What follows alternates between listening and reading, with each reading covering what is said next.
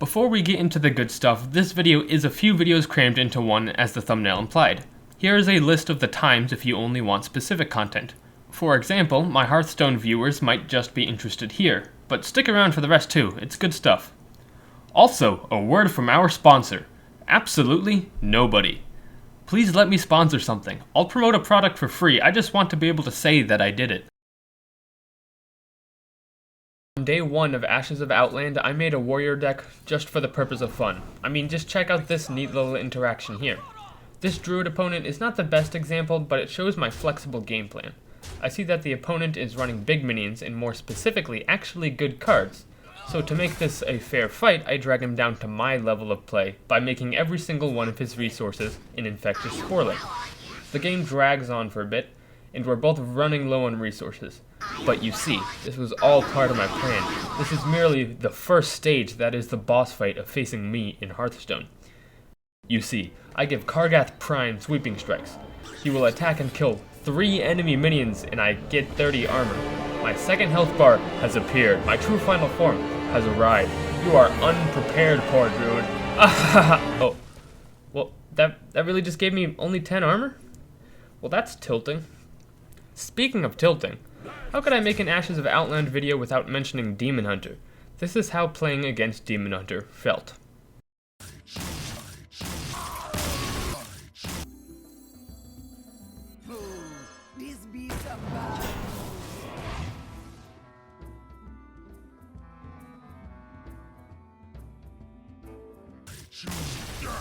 I did actually win some games, but the ones I won felt like I was fighting tooth and nail just to barely turn the corner at very low health. And any time I developed an advantage where it looked like I could simply win from there on out, the Demon Hunter would concede. It's like the Demon Hunter community was specifically trying to tilt me. I was about 4 hours into this expansion and Demon Hunter was really starting to agitate me, so I decided to make a specific deck just to hunt them down. A Demon Hunter, if you will. And then I will put it in the class Hunter. I will have made the all-powerful Demon Hunter. And then I will give him the hairstyle of the main character Hunter from the show he's named after, Hunter x Hunter. I now have Hunter Demon Hunter. Okay, the bit's old by now. I'll get rid of it, don't worry. Let me just give it to my friend over here. Oh, what's this? Haha. Okay, I'll calm down. And then but seriously, I made the anti-Demon Hunter deck in Warlock. One of the weaknesses of Demon Hunter is the lack of card generation. If you counter each of the 30 cards in their deck, you win. So I plan to do exactly that. Big demons, Sack Pact. Early boards, Hellfire. Metamorphosis, take their hero power. Hero attack synergies, freeze them. Strong weapons, let your troubles melt away. Imprisoned Antaean, sure thing, let me just whip out Zaraku and have you make me a board. You thought Hunter Demon Hunter was a cool name? Check this out. I call this Warlock the Tech Deck. And it felt good. I yield for now. Welcome to a Storytime episode. I know that many of you don't play Monster Hunter, but you don't need to know anything about it for the sake of this video. Let me set the scene for you. I was feeling very confident, not having failed a mission in over 8 hours of gameplay. My armor was looking superb. I needed some lower level resources, so I took a lower level quest, which had me hunting 2 Gendromes. Gendromes are big biped lizards with paralyzing venom that look like this, but they're also chumps and some of the easiest monsters you'll encounter. So I went in overconfident and without proper preparations. I was quickly shown how wrong I was. The game spawned me in the same room as one of the 2 Gendromes.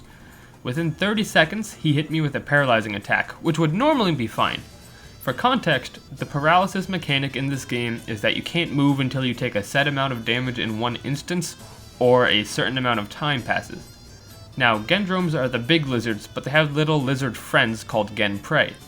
With my fancy high-level armor, these small lizards couldn't knock me out of paralysis, so while I sat on the floor, I got nibbled at by a bunch of tiny Genprey until death. This was bad. Missions last about 20 minutes and I died in the first 30 seconds. I only get 3 lives. But something was off. This Gendrome seemed special, almost more intelligent. I knew he would be a worthy opponent and I started calling him Gary. And this was only the start of our epic battle. I aggressively leaned forward in my chair and started to approach Gary seriously. From a resource standpoint, it would be rough. I wanted to stay topped off in health so that maybe I could sit through a session of being nibbled at, but if I chugged a potion every time I got hit, I would quickly run out of stock because I came in underprepared. My heart started pumping. I knew that any hit below 70% could mean death. It wasn't about losing, and it wasn't even about the shame of losing to a measly Gendrome. It was about losing to Gary. I made the mistake of naming him, giving him power. If I failed this quest, I would never be able to beat him again, because he would be replaced by another Gendrome if I tried again. No, it was because it was Gary, and he knew I was playing scared. After a tense interchange, 4 whole minutes of back and forth, he took a tactical retreat to regroup with some more Genprey. I wandered the map looking for him in a quest to reclaim my honor. You may recall that I said this quest involves 2 Gendromes. I encountered the other one, whose name is, Chuck? I didn't have a name for him when I was playing, but Chuck sounds kind of like Chump, so we'll go with that.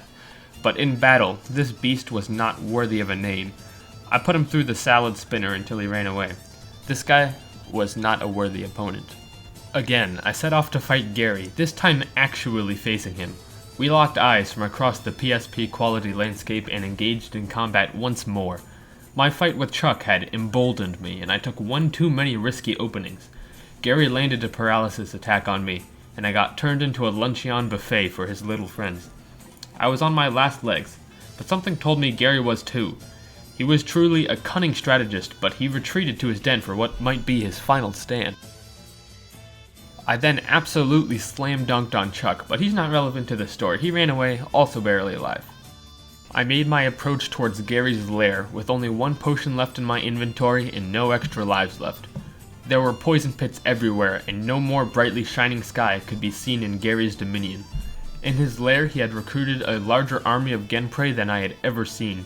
Even from full health, I might not survive the salad course with these ravenous lizards.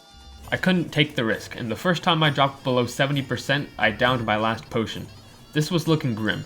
Gary again saw my fear and became relentless. But in his relentless assault, he became careless, too sure in his own victory. As I deftly evaded a leaping assault, I counterattacked for the final blow. Believe it or not, Gary wasn't done yet. With his dying animation, he flung his body into one of the poison pools. You see, in Monster Hunter, to get the loot you must carve it off of the monster you have hunted, and to do this I would need to wade into the poison. I had no potions left, and I still had to go finish off Chuck. This poison damage could prove fatal.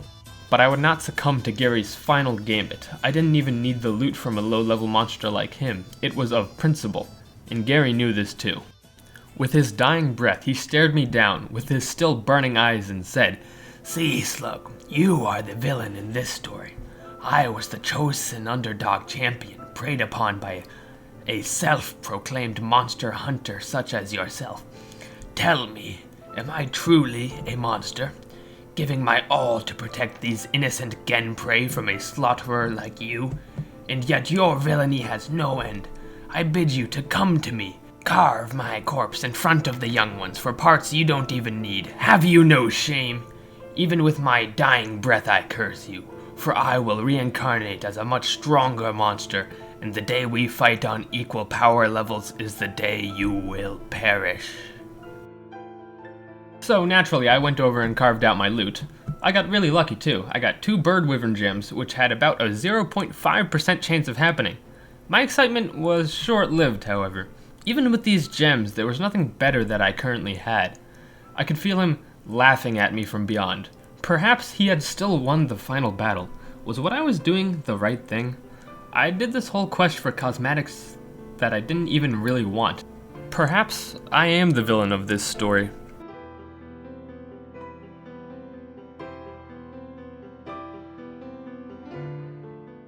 Then I killed Chuck, the end. That's right, this video even has a small segment on itself.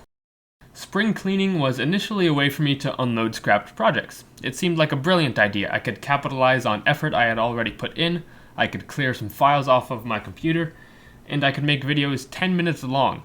There was only one problem. When I was working on the scrap projects, I couldn't bring myself to make an unpolished video. I want to be proud of what I do, so these videos took more effort than I thought. Even with that in mind, some videos are beyond salvaging.